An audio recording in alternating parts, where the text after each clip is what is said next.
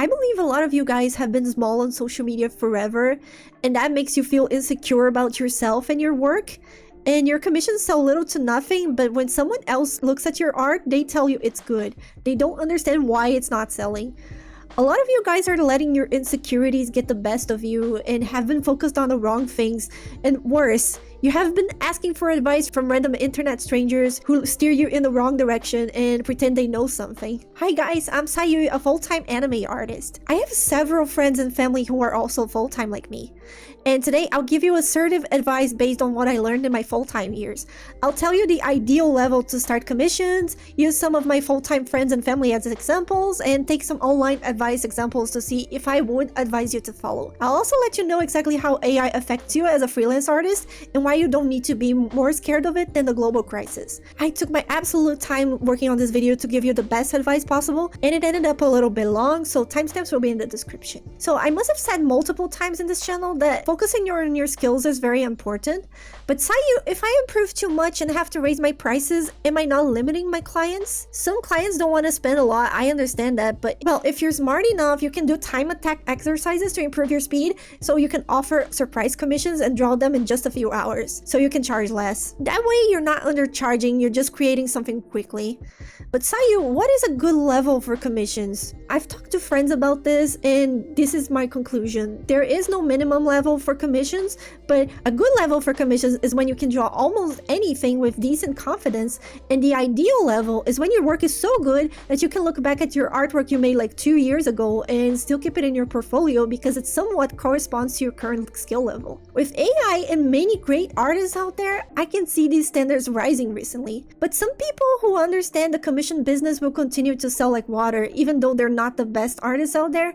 We'll get there soon, I promise. If you want to get a lot of safe for work illustration commissions like me, you're gonna need a vast portfolio with varied moods and themes. You need it because 1. Clients take inspiration from your portfolio for their commission ideas, and 2. If you have something in your portfolio that's similar to what they want, they know it's you they have to turn to.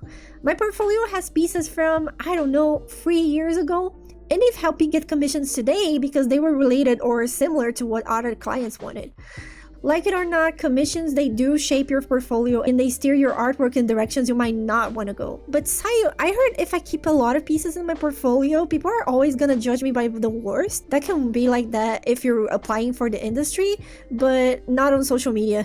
Because every time I removed work from my portfolio and tried to stay with only a few pieces, I had no clients. And having commissions as my main source of income, I cannot take that risk. So if you have past pieces that still reflect your current skills, you should absolutely keep them. I recall someone commenting here in my channel saying that improving your art isn't worth the effort and you can still get ignored on social media. That's true, you can still get ignored on social media even with wonderful art, but there is no such thing as a great artist with commercial work and a minimum market skill without work. So because the skill guy can do what an average artist can and much more, he's not going to compete just in the parts of the market that are already overcrowded. So it's very important to constantly study the fundamentals so you can increase your rarity and be able to do things that other artists cannot do. What a commissions portfolio looks like. When I look at convention-focused artists, I get jealous of how much original work they can make and how experimental they can get with their style. For commission artists, your portfolio turns into a skill showcase, the look what I can do kind of thing. So yeah, if you're just drawing chibis, that's not gonna do it. Everyone is offering them at very inviting prices already. I think what changed the game for me was committing to showing that I can draw characters doing things instead of just posing and doing nothing. This adds a layer of complexity to your art because you have to think about character acting, interactions, and composition. My first big and relevant job was this cover illustration I made for this game, which was commissioned and directed by an art director. I guess he hired me because I had other drawings of characters doing things in my portfolio. There's a misconception that you have to be an NSFW artist to make money in this medium, or that it makes money easier. The thing with NSFW is that clients hesitate less to come back to you, and that's basically it. I have several friends who draw NSFW, but they're just hustling as much as I am. And to make it worse, NSFW kills their passion for drawing because their clients don't want them to make things beautiful or presentable to other people, so they are trapped in a cycle where they can only make and post things they don't love and they are not interested in. And and wind up attracting more clients they don't have interest in. I find spicy art a rabbit hole that seems too hard to escape from. The more bizarre the things you draw, the more bizarre their orders become. I don't judge people who do it because they need to, because sometimes freelance art is not about what you enjoy doing, but if you have the chance, I strongly advise you to draw only the things you like so you can keep doing them for longer. So let's get into some reasons why it might not be working for you. Your work doesn't look like a commission work. Some time ago, there was this guy in our freelance artist group who would show up from time to time complaining about his job. All he wanted was to leave his job and started working as an artist full-time. You can see that he was very passionate about drawing, but he had a problem. His art style looked like comics and board games, and it's too specific, and very few people commission this type of thing. My friend started advising him to make his work look more like commissions, but he didn't listen. I don't know why. Maybe it was because he was too passionate about his style. And then one day, in a desperate move, he decided to start drawing spicy art. Well, do I need to say that they didn't look very nice? Then, with all the patience in the world, my friend gave him a link for Danboru and said, start copying these drawings. And again, he didn't do it. And that's how he's still working a 9-to-5 he doesn't like. Listen, I understand the feeling of wanting to be loyal to your style, but if you saw the examples here and you are in a very similar situation, maybe you should try and create a second style just for commissions. That doesn't nullify your current style, and being too emotional is not going to help you. So try reverse searching, see what the commissions look like, and try to draw like that too. There's a chance you might like it too. You're not limiting your style and subject matter enough. This is more common than I'm willing to admit, so I can't let this slip. Some people are willing to draw anything: comic book art, anime, children's book art, logo design, anything. But that just confuses your customers. So you might have heard that a jack of all trades is a master of none, so pick one subject you like the most and specialize in that. That allows you to become better and more competitive in that field. Lack of credibility or how to order is not obvious. Have you ever tried to order pizza without looking at the image of the pizza in the menu? If you feel stupid for not being able to do it, know that you're not alone. I too get confused when I do it. I defend that all artists should have a functioning website, but it's constant work until your website design is functional, has enough imagery, and makes it obvious for the client what the next step is. If you think a commissions website is too much work, a commissions platform should do the job for a while. Remember that in the long run, your website matters. You're not a good problem solver. Commissions are not just ordered for entertainment. I can't even remember the last time someone ordered a commission from me because they wanted a character in my style. People look for a service that solves their problem. So if you're an animator, let's say, and all you're offering is stinger animations, there is some potential you're wasting there. You could be offering stream alerts, animated emojis, a starting soon screen for streamers, and so on. Reverse engineering and finding out what works for you. I think that observation skills are very important for this medium. If you see someone on social media posting nothing but commission work, it means they're getting a lot of commissions. And by reverse engineering and asking some of these people, I found that the reasons why they're getting so many are usually because their work has appeal and they master the platform they're in, or just the way that commissions get to them. Remember, you're putting out a unique product into the world, so a lot of it is about figuring out how it works for you. I can give you a few examples.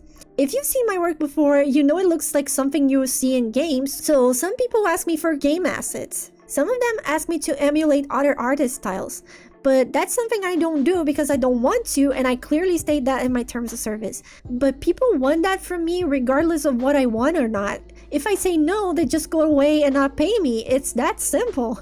So that's why I have to adapt, master the things they ask of me, and deliver what they want. Otherwise, the money will never get through. This market is always changing with the internet environment. A few years ago, I used to sell my commissions on Etsy, and now the main platform is VGen, and thank God it changed. But platforms changing also means different formatting and adapting to new standards.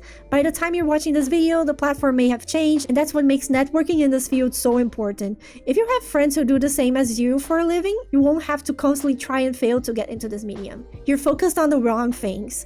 So one day, I randomly logged into Kara and saw someone asking for advice on getting commissions. And I really like checking this type of thing out because most people give off terrible advice. So it's like diving in the dumpster and finding a few hidden pearls. When I see advice like this, I know it's not coming from someone who makes a living as an artist. This guy is saying that you should be drawing NSFW and you have to stay in the social media hustle You know what's gonna happen when you do that? It's basically you're just gonna get unnoticed because a lot of people are just scrolling through you and liking your stuff but not really paying attention to what you're doing. So it's not effective. It's like there's nothing wrong with not having volumes of people coming up to you all the time. And then I scrolled down a bit and randomly saw someone recommending my ebook, The Full-Time Artist Roadmap. Can you believe this? What are the odds?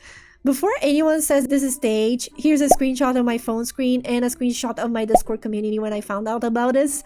I was using my phone on the toilet and randomly found someone trying to sell my ebook there.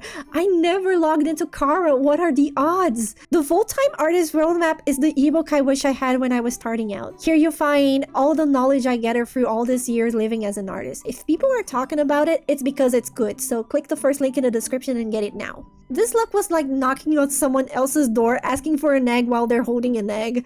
Thank you so much, Sharon. You know this money is all coming to me, don't you? And if you guys ever end up advertising my stuff, please sign up to Gumroad and get an affiliate link. Do not work for free. I have 2 friends who have absolutely no social media following, but they're making a living as artists by streaming commissions on Picardo almost every day. Once you start streaming on Picardo, you'll notice that it's an empty website, but that's okay. Opening commissions is like opening a booth at a Flop convention, but by offering exactly what the people in that convention want, you are going to get sales. They master Picardo and they know how that platform works for them. I also know these 2 VGen artists who understand how the platform works very well, so they have a constant influx of commissions. As for me, I hustled Twitch at some point, but I think I wasted a lot of my time.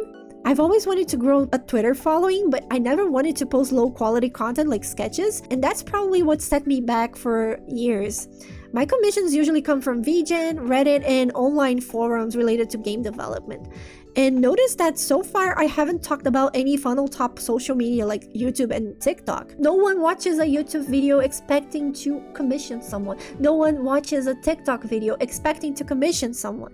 If you ask me how many commissions I got from YouTube, I can only count in the fingers of one hand. But if I think about the commissions I got because I draw my thumbnails, that puts my number into perspective. I've learned that if you want a successful business in this medium, you're forced to base your business on depth and not volume.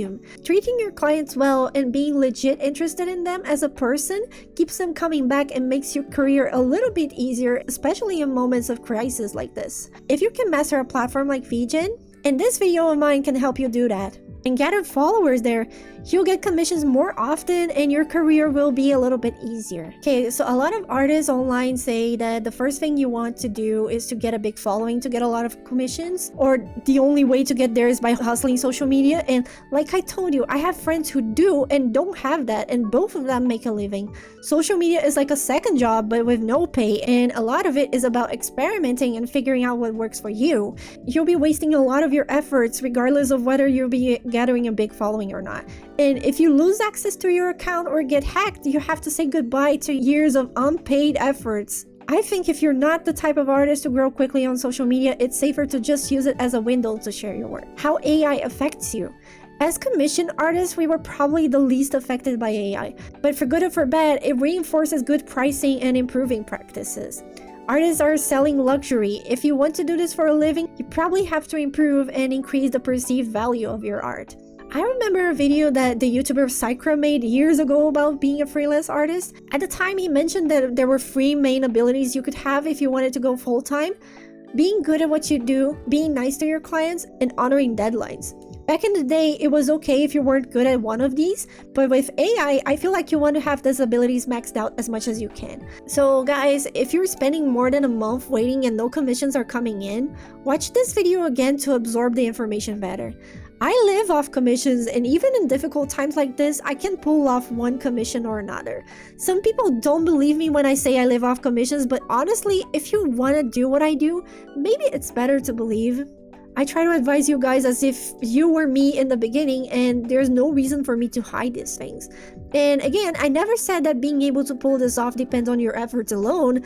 If you guys watch my videos enough, you know I don't believe in meritocracy, and I never will. From what I've observed, clients have been buying cheaper commission types, but they haven't stopped commissioning entirely. But if you're unable to find these clients and feel like AI is sabotaging your success, here's a video to help you out with that. And I hope to see you there.